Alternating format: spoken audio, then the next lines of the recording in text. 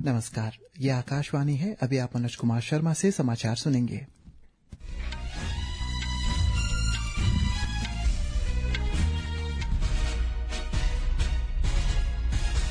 पहले मुख्य समाचार। विभिन्न मुद्दों पर विपक्ष के हंगामे के बाद राज्यसभा की कार्यवाही दिन भर के लिए स्थगित कर दी गई। सुप्रीम कोर्ट ने पश्चिम बंगाल में नई ओबीसी सूची पर रोक लगाने वाले कोलकाता उच्च न्यायालय के आदेश पर रोक लगा दी है। पंजाब में लुधियाना में सरहिंद नहर में एक ओवरलोड वाहन के गिरने से 6 लोगों की मौत हो गई। अमेरिका और चीन आज स्वीडन में राजधानी स्टॉकहोम में व्यापार वार्ता के नए दौर की शुरुआत करेंगे। मौसम विभाग ने अगले कुछ दिनों तक पूर्वी राजस्थान में बहुत भारी बारिश का अनुमान लगाया। कल से उत्तर पश्चिमी क्षेत्र में बहुत भारी बारिश का नया दौर शुरू होगा। इधर ईटानगर मौसम विभाग ने आज अरुणाचल प्रदेश के 2 जिलों पापुमपारे और लोहित के लिए ऑरेंज अलर्ट जारी किया। साथ ही अन्य 17 जिलों के लिए येलो अलर्ट भी जारी किया है। और तेजस्वी शंकर ने दूसरी बार नया रिकॉर्ड डिकैथलॉन रिकॉर्ड बनाया। पोलैंड में एथलेटिक्स मीट में चौथे स्थान पर रहे। अब समाचार विस्तार से। विभिन्न मुद्दों पर विपक्ष के हंगामे के बाद राज्यसभा की कार्यवाही दिन भर के लिए स्थगित कर दी गई। इससे पहले जब दूसरे स्थगन के बाद दोपहर 2 बजे उच्च सदन की कार्यवाही फिर शुरू की गई तो पीठासीन अधिकारी भुवनेश्वर कलिता ने समुद्र द्वारा माल ढुलाई विधेयक 2025 पर विचार और पारित कराने का प्रयास किया, लेकिन विपक्ष ने अपना विरोध जारी रखा। हंगामे के बीच सभापति ने सदन की कार्यवाही दिन भर के लिए स्थगित कर दी। इससे पहले सुबह 11 बजे जब उच्च सदन की कार्यवाही शुरू होने पर अनाद्रम के 2 सांसदों ने शपथ ली। उपसभापति हरिवंश ने कहा है कि उन्हें विभिन्न राजनीतिक दलों से विभिन्न मुद्दों पर 26 स्थगन प्रस्ताव मिले हैं, लेकिन नियमों का हवाला देते हुए इन्हें खारिज कर दिया गया। लोकसभा में ऑपरेशन सिंदूर पर विशेष चर्चा जारी है। रक्षा मंत्री राजनाथ सिंह सदन में ऑपरेशन सिंदूर पर वक्तव्य दिया।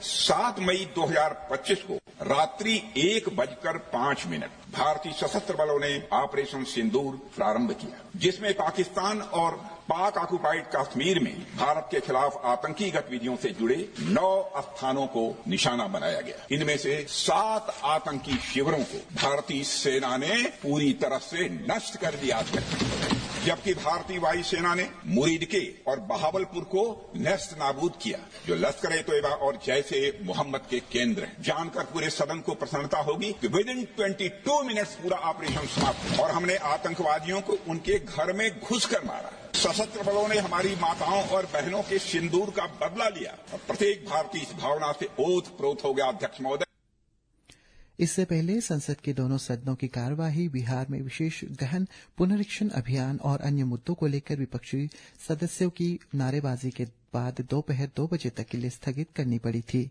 लोकसभा की कार्यवाही जब दूसरे स्थगन के बाद दोपहर 1 बजे शुरू हुई तो विपक्षी सदस्यों ने विशेष गहन पुनरीक्षण पर चर्चा करने के लिए नारेबाजी शुरू कर दी। संसदीय कार्य मंत्री किरण रिजिजू ने कांग्रेस समेत विपक्षी दलों पर संसद में ऑपरेशन सिंदूर पर चर्चा से भागने का आरोप लगाया है।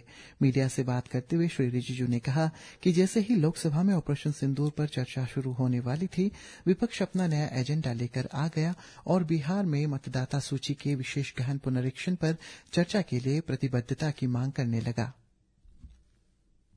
जब सबने फैसला कर लिया कि ऑपोजिशन पार्टी और रूलिंग पार्टी मिल करके ऑपरेशन सिंदूर पर चर्चा करेंगे और 16 घंटे आज रात 10 बजे तक बहस होगा, फिर कल भी होगी, तो अचानक चर्चा से 10 मिनट पहले एक कंडीशन लेके आना, ये तो ठीक नहीं है। ये कांग्रेस पार्टी और ऑपोजिशन पार्टी अब ऑपरेशन सिंदूर की चर्चा से क्यों भाग रहे हैं, मैं ये सवाल करना चाहता हूं। केंद्रीय मंत्री प्रहलाद जोशी ने ऑपरेशन सिंदूर पर कांग्रेस नेता पी चिदम्बरम की टिप्पणी की आलोचना की है।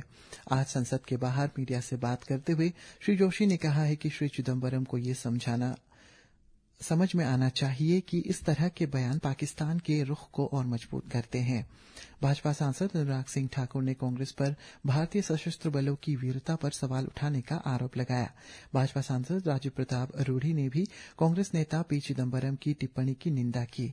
संसद के बाहर आकाशवाणी समाचार से बात करते हुए श्री रूढ़ी ने कहा है कि ऑपरेशन सिंदूर पाकिस्तान के खिलाफ भारत की जीत को दर्शाता है। राजनीतिक अप्रसंगिता जब स्थापित होती है तो कुछ विरोधाभास के बयान, कुछ विवादास्पद बयान दिए जाते हैं। मुझे लगता है कि चिदम्बरम साहब उसी कड़ी में प्रवेश कर गए हैं। ऑपरेशन सिंदूर की जीत के बारे में पूरा दुनिया जानता है और बड़ी जीत, पाकिस्तान का शिकस्त। और अब पार्लियामेंट में उसका बहस होना है, विमर्श होना है। कुछ प्रतिपक्ष के लोग सवाल उठाना चाहेंगे, लेकिन देश की जनता उन सवालों का उत्तर सरकार से पा चुकी है और सरकार की जीत के साथ खड़ी है। राष्ट्रीय जनतांत्रिक गठबंधन के सांसदों ने समाजवादी पार्टी सांसद डिंपल यादव के विरुद्ध अखिल भारतीय ईमान संगठन के अध्यक्ष मौलाना साजिद राशिदी की आपत्तिजनक टिप्पणी पर आज संसद परिसर में विरोध प्रदर्शन किया। हाथों में तख्तियां लिए सांसदों ने कहा कि मौलाना की टिप्पणी महिला समुदाय के लिए अपमान है। लोक जनशक्ति पार्टी लामविलास की सांसद संभवी चौधरी ने कहा है कि राष्ट्रीय जनतांत्रिक गठबंधन महिलाओं के सम्मान और प्रतिष्ठा को सर्वोच्च वरीयता देती है। सर्वोच्च न्यायालय ने आज पश्चिम बंगाल सरकार द्वारा अधिसूचित अन्य पिछड़ा वर्गों ओबीसी के संशोधित सूची के कार्यान्वयन पर रोक लगाने संबंधी कोलकाता उच्च न्यायालय के अंतर्गत आदेश पर रोक लगा दी है। सर्वोच्च न्यायालय ने आज इलाहाबाद उच्च न्यायालय के न्यायाधीश यशवंत वर्मा की एक याचिका पर सुनवाई की।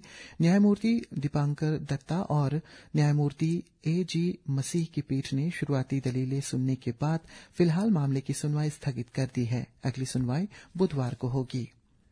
सर्वोच्च न्यायालय ने बिहार में विशेष गहन पुनरीक्षण के लिए निर्वाचन आयोग के अधिसूचित कार्यक्रम के अनुसार 1 अगस्त को मसौदा मतदाता सूची प्रकाशित करने पर रोक लगाने से इनकार कर दिया है। न्यायमूर्ति सूर्यकांत और न्यायमूर्ति जॉय माल्या बागची की पीठ ने आज विस्तृत सुनवाई नहीं की, क्योंकि न्यायमूर्ति सूर्यकांत को मुख्य न्यायाधीश के साथ एक प्रशासनिक बैठक में भाग लेना था। दिल्ली में शिशुओं पर आवारा कुत्तों के बढ़ते हमलों की एक खबर पर सर्वोच्च न्यायालय ने स्वतः संज्ञान लिया है।